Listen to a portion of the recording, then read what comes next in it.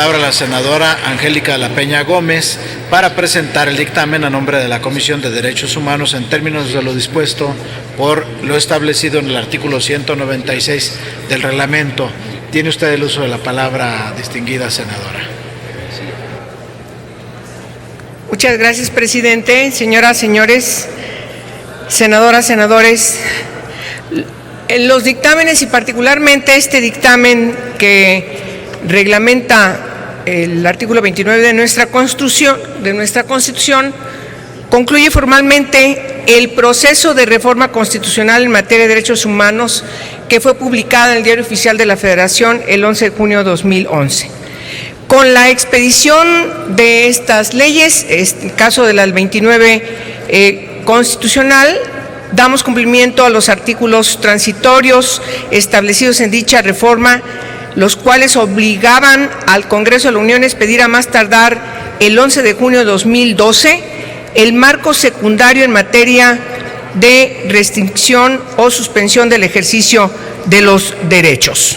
Por lo que corresponde a esta ley reglamentaria en materia de restricción y suspensión del ejercicio de los derechos y las garantías, el dictamen retoma la iniciativa presentada el 14 de agosto del 2013 por diversas senadoras y senadores, así como la iniciativa presentada el 22 de octubre por el titular del Poder Ejecutivo Federal.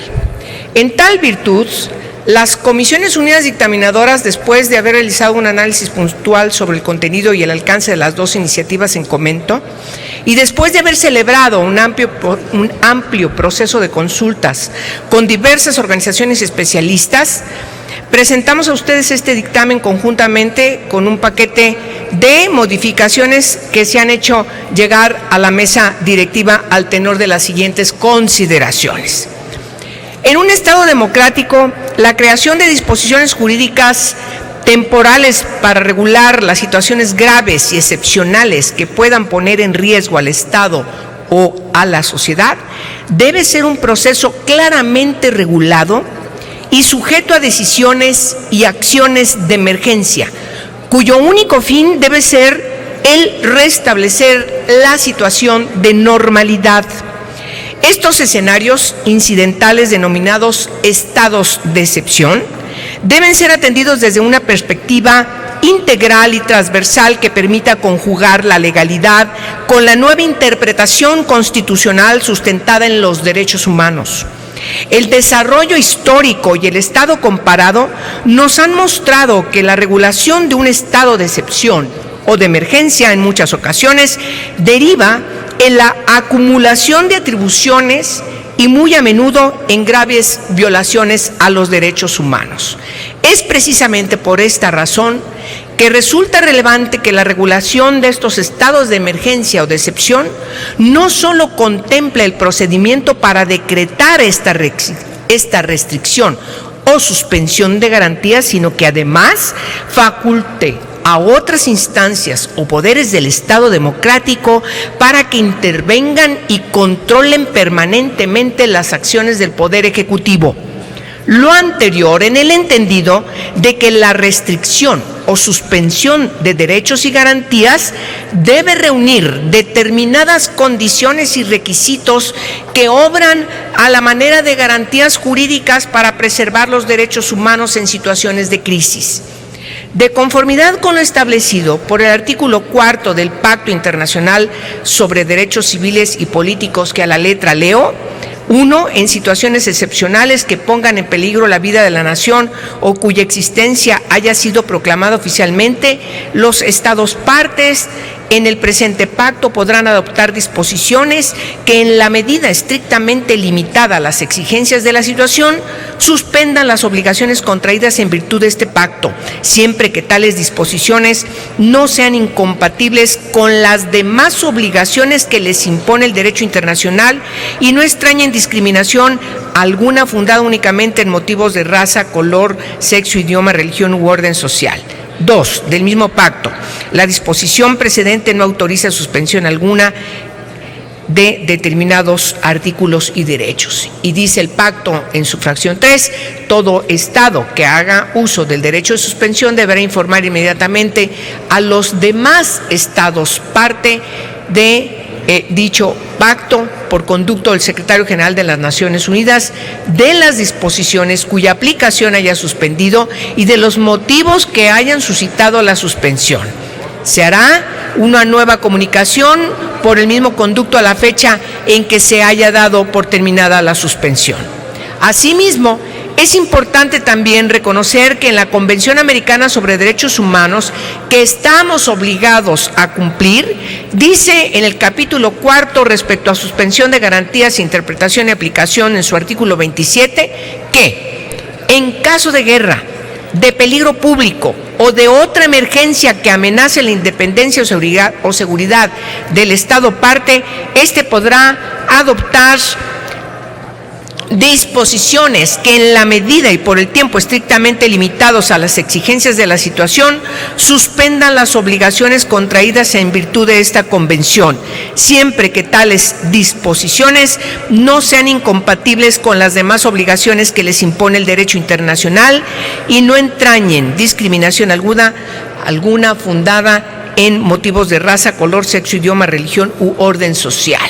La disposición precedente no autoriza la suspensión de los derechos determinados en los siguientes artículos. 3. Derecho al reconocimiento de la personalidad jurídica. 4. Derecho a la vida. 5. Derecho a la integridad personal. 6. Prohibición de la esclavitud y servidumbre. 9. Principio de legalidad y retroactividad. 12. Libertad de conciencia y de religión. 17. Protección a la familia. 18. Derecho al nombre. 19. Derechos de la niñez. 20. Derechos a la nacionalidad. 23. Derechos políticos. Ni de las garantías judiciales indispensables para la protección de tales derechos. Por su parte, señoras y señores, la Corte Interamericana de Derechos Humanos estableció criterios muy significativos sobre la interpretación del artículo 27 de la Convención Americana, por conducto de varias opiniones consultivas que es necesario mencionar. Por ejemplo, la número 6, pronunciada el 9 de mayo del 86, denominada la expresión leyes en el artículo 30 de la Convención Americana sobre Derechos Humanos, que sostuvo esencialmente en cuanto a los estados de emergencia que, y leo, los mismos no pueden traducirse en la suspensión temporal del Estado de Derecho y que el gobierno respectivo esté investido de poderes absolutos más allá de las condiciones a que tal legalidad de poderes absolutos, tal legalidad excepcional esté autorizada. Pues, como ya lo había sostenido el propio tribunal en ocasión anterior, el principio de legalidad, las instituciones democráticas y el Estado de Derecho son inseparables. De manera mucho más precisa en cuanto a los instrumentos procesales, la propia Corte Interamericana se pronunció en las opiniones consultivas octava y novena. En la novena, resuelta el 30 de enero de 87, a solicitud de la Comisión Interamericana de Derechos Humanos, con la designación del habeas corpus bajo la suspensión de garantías, la Corte sustancialmente sostuvo que los procedimientos previstos en el artículo 25.1 amparo y 7.6 habeas corpus de la propia Convención Americana no pueden ser suspendidos con apoyo en el artículo 27.2 de la misma convención porque constituyen garantías procesales indispensables para proteger derechos y libertades que tampoco pueden suspenderse según la última disposición. Estos conceptos también fueron analizados a profundidad en la opinión consultiva número 9 del 6 de octubre de 87 a petición expresa del gobierno de Uruguay, con la denominación garantías judiciales en los estados de emergencia, en la que se sostuvo básicamente que deben considerarse como garantías judiciales indispensables, no susceptibles de suspensión en los términos de los preceptos mencionados de la Convención, el habeas corpus y el amparo o cualquier otro recurso efectivo ante los jueces o tribunales competentes destinados a garantizar el respeto a los derechos y libertades cuya suspensión no está autorizada por la misma Convención, y que también deben considerarse como no susceptibles los procedimientos judiciales inherentes a la forma democrática representativa de gobierno previstos en el derecho interno de los estados partes como idóneos por garantizar la plenitud del ejercicio de los propios derechos no susceptibles y cuya suspensión o limitación comporta la indefensión de tales derechos. No obstante, su creciente aproximación a los estándares internacionales e interamericanos, las regulaciones que ofrecen las constituciones latinoamericanas, permítanme decirlo, distan de ser uniformes en la materia. Simplemente voy a enunciar cómo califica situaciones como las de esta materia. En el caso, por ejemplo, en Argentina, que la define como estado de sitio, Brasil, Honduras, estado de excepción en Bolivia, en Colombia, en Ecuador, Paraguay, Perú. Bien, aquí puede ser visto dos clases, o estado de emergencia o estado de sitio, de acuerdo a lo que establece Paraguay. Venezuela, en donde se clasifica como estado de alarma o estado de emergencia económica o estado de conmoción, o situación de excepción en Chile, estado de defensa en Brasil, estado de conmoción en Colombia, que se diferencia de lo que ahí se conoce también como estado de emergencia. En el caso de la reforma constitucional que emprendimos en México el 11 de junio de 2011, es que el artículo primero de nuestra Constitución de manera clara establece que las normas relativas a los derechos humanos deben interpretarse de conformidad con la Constitución y con los tratados internacionales en la materia, con la obligación de todas las autoridades en el ámbito de sus competencias y de observar el bloque de constitucionalidad, ejercer un control difuso de convencionalidad y aplicar el método de reinterpretación conforme para garantizar el principio pro persona. Recordemos que también, junto con el artículo primero de la Constitución, fueron reformados otros 10 artículos, entre los que se encuentra el 29 constitucional, cuya ley reglamentaria hoy estamos poniendo a la consideración de todas y de todos ustedes. Se propone en esta ley, que hoy ponemos a su consideración, cuya denominación será Ley Reglamentaria del artículo 29 de la Constitución Política de los Estados Unidos Mexicanos, que quede compuesta por 34 artículos, 5 capítulos y un régimen transitorio. ¿Cuáles son? De manera muy general, me parece relevante destacar el capítulo primero, que se denomina disposiciones generales, y particularmente tengo que mencionar que se define, podrá ser los requisitos de procedencia, podrá ser en todo el país o en lugar determinado, en tiempo limitado, se efectuará por medio de prevenciones generales. Las prevenciones generales deberán ser mediante la expedición de una ley. La restricción o suspensión no puede contraerse a persona determinada.